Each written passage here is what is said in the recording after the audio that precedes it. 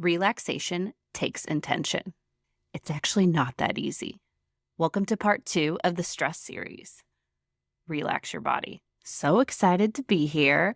And I just came fresh, hot, and sweaty from a workout. I haven't even showered yet. I just washed my hands, gulped some water so that I'm able to talk because I had just had all these ideas flooding to me of what I wanted to talk to y'all about with this part 2 of the Stress series. Part 2 is Relax Your Body. If you haven't listened to part 1, go back one episode and we talk about relaxing your mind. That's part 1. So, still probably dripping sweat. Good thing you can't smell me, but let's go. So first, before we even get started, I already have a solution for you and something that can help you. If you go to mytrainingroom.co or click the link in the show notes, purchase Destress in 20. This combines everything I'm about to talk to you about, everything this series is about, of relaxing your mind and body at the same time. It's incredible. Right now, it's only $39, which is insane. So go over, click that, purchase that. The reviews are incredible. This is something that I do in my performance training with my professional athletes in off season. We pinpoint the exact things they want to work on, also in their compensation mechanism. So what's going on? Are there any injuries? And I utilize some of these moves along with a bunch of others in their performance training and their performance rehab to not only help make them better, but to make them better than when they started. And it is just the most fun, and the results are incredible. I had one hockey player this year play all 82 games, and he said to me, Audra, I think it's mostly because we did the 12 weeks of hardcore treatment and performance training of all that stuff in those workouts. So I'm bringing some of it to you. It's only 20 minutes. You can just pick one video, or you can pick a couple of them or do the whole 20 minutes. I mean, it's insane. It's wonderful. It's like magic. It really makes me look like the witch doctor. And these are principles combined with a bunch of other treatment methods. I mean, I probably haven't had an original thought myself. It's just how I interpret all these geniuses of their research and what they're teaching us and how I put it together in my little dance or art. And everyone's a little bit different. So it's just been incredible. These results we're having, that I'm able to do more research, learn more, add this, add that, what works for this person. And then we have to do the mind piece too, of actually being into your body, relaxing, being into your body. That's a weird thing to say too. It's like, what do you mean being into my body? I'm into my body. I don't feel anything else. This is my body. What are you talking about? Are you holding your breath right now? You didn't even realize it, huh? This is super common. So we so are in our bodies that, for instance, you didn't even realize you were holding your breath. I know. Mind blowing. Do you feel your feet? Do you feel every part of your foot? Or does it just kind of feel like locked up and just, I like to call them flippers, that you're just bringing it around when really this should be your base of support. Huge. You should be able to feel it. Are you just feeling that pain in your neck or wherever you hold stress in your shoulders? Or maybe you're having a stomach ache or some period cramps. I mean, that's kind of overriding feeling the rest of your body and being actually in your body, able to pinpoint and feel. So back to my first statement. Relaxation takes intention. And this is something that you're going to have to work out a little bit. And I know we all want the quick fix. But the more you do it, the quicker it'll happen and the easier it'll be. And you'll be able to incorporate this in not only maybe when you're doing Destress in 20, but in every other part of your life. Another good time to practice this is before you go to sleep, because it will greatly amplify the quality of your sleep if you're able to just get into your body, get it to relax, and be able to turn off your mind. So let's think about this. You're probably like, I relax, but here's what most people do. And I've been guilty of a lot of these things at different points in my life. Grab the wine. It's so easy when we get home from work or if we've had a stressful day, just grab the wine, have a sip. And what I tell people is it like separates work from home a little bit. Comfort food, you're craving that cheeseburger and you're just like, gosh, when you get it, it's relaxing to you. numb out in whatever way that may be, maybe hibernating in bed. It's just, oh man, I do love bed, but it's just easier to avoid everything and just say that you're relaxing and chilling, but you're just sleeping, laying in bed, not really addressing the issues. And Netflix, that's another good one. I used to say, that's still true. Watching TV was one of the only ways I could get my mind to turn off because I was so interested and like dedicated to the show that I couldn't think or stress about anything when I was really into the show. But that's also not the healthiest mechanism to do it because then you're really turning off of your body and mind. And then obviously the binge drinking. Another one is people shop. I know a lot of people go and shop and kind of just zone out and get the instant relaxation of making that purchase, this little dopamine hit, excitement, and then that newness wears off. I don't know, depending what it is, how much you spent or how bad you wanted it, pretty quickly overall. Speaking of that, here's a question I've been pondering. People will buy, you maybe, the newest Louis Vuitton bag, Chanel bag, the new iPhone.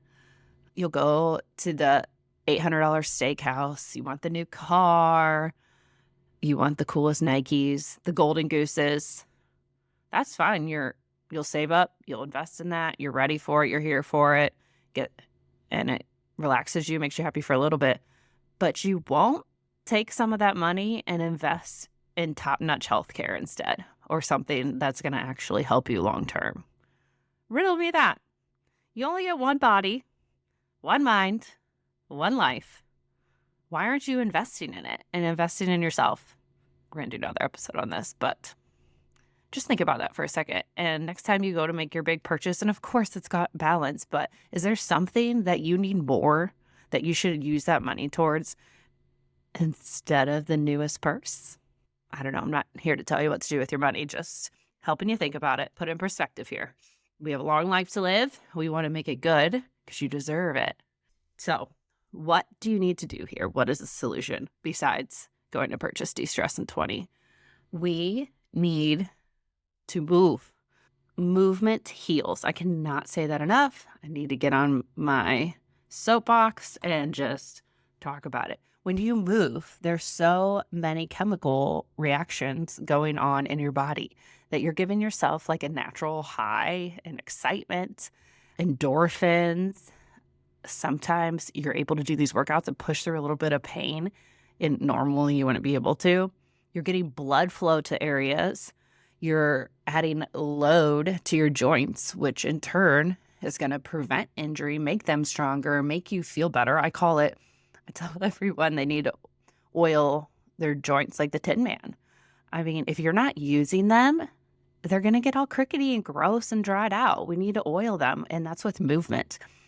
Even better if you can move your joints in full ranges of motion, all different directions. So not just bending your knee, but you need to bring it in full extension, so straightening it. So bending and straightening it in all different forms, and even doing some lateral movements to really encompass that whole joint, to work all those muscles, to add that load and get the benefit of it. Another life-changing moment I had, and this goes right along with relaxing your body. I was that girl up until pretty recently, the past couple of years.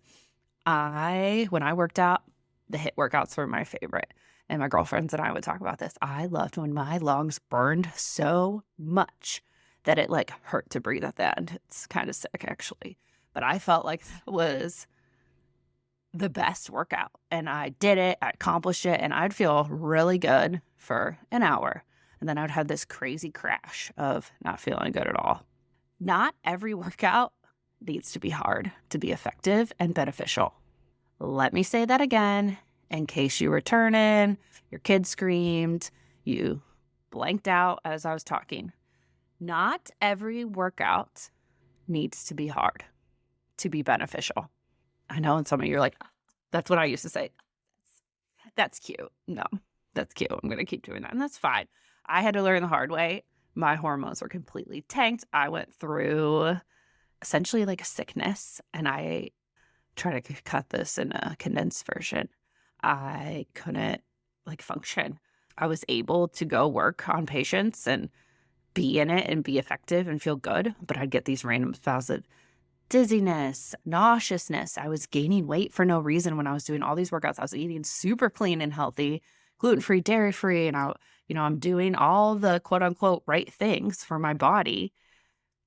But I was so stressed out and so pedal to the metal, which whatever. I think, a fine balance. I think some people don't do enough pedal to the metal. But I ended up essentially having adrenal fatigue along with some other things that put me down and out for a while. And it's still like a long process of recovery. We did a hormone test and I had no testosterone, no estrogen, no progesterone. And I wondered why I wasn't having a period. So I clearly needed to learn the hard way some of these things. And this is just one of the lessons that I've learned. And I'm so incredibly excited to be able to share this with you and hopefully get this across and have you wake up or maybe adjust some things so you don't have to be in that situation and feel as terrible as I did at one point. And or if you have a friend that might be, you've heard her say or him say some of these symptoms. I mean, I've had professional athletes go through this too. It is a real thing. It's a big deal.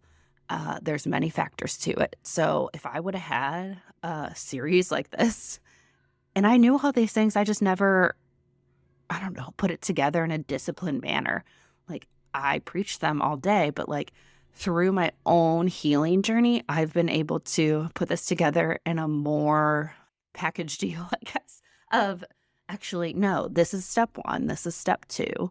These are important and you're going to get these results. And I'm just very grateful to be able to share that with you and with the Stress series and all the other things that I'm offering on this platform.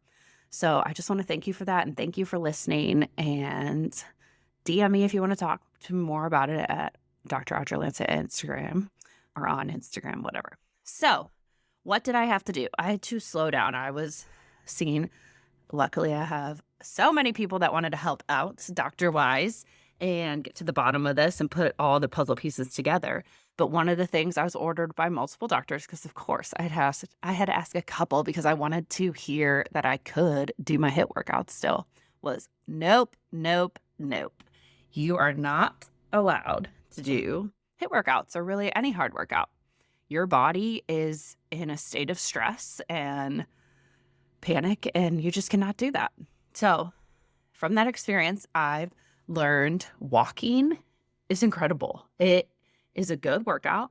It's lymphatic drainage. It is mentally and emotionally, psychologically relaxing. So that's where I would start. You're asking, what should I do to move my body to get myself to relax?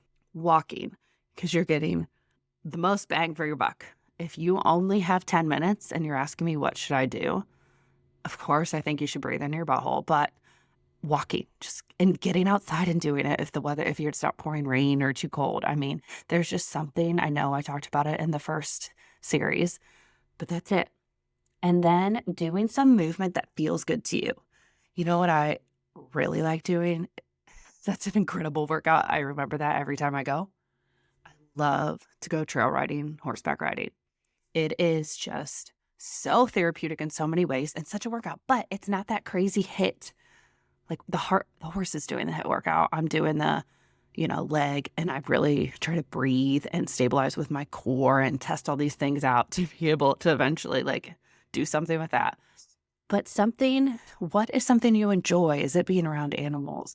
Maybe it's going and riding, I know this seems crazy, a four-wheeler. Like you're still outside and you can still do these resistant movements as you're riding and driving. You don't have to just sit. You can activate, push your feet away from the pedals and breathe and you feel that activation.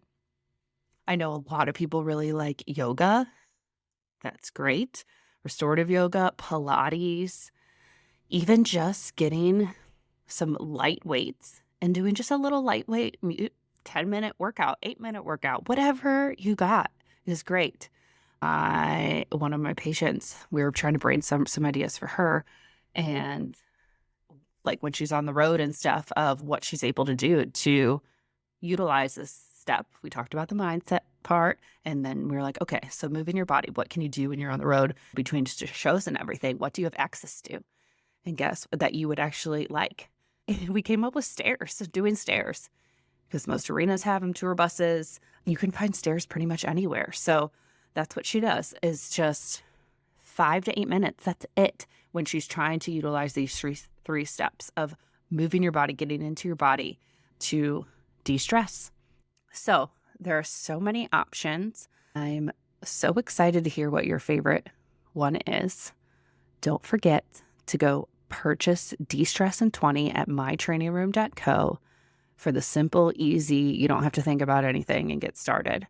Stay tuned for part 3 of the stress series. Toodaloo!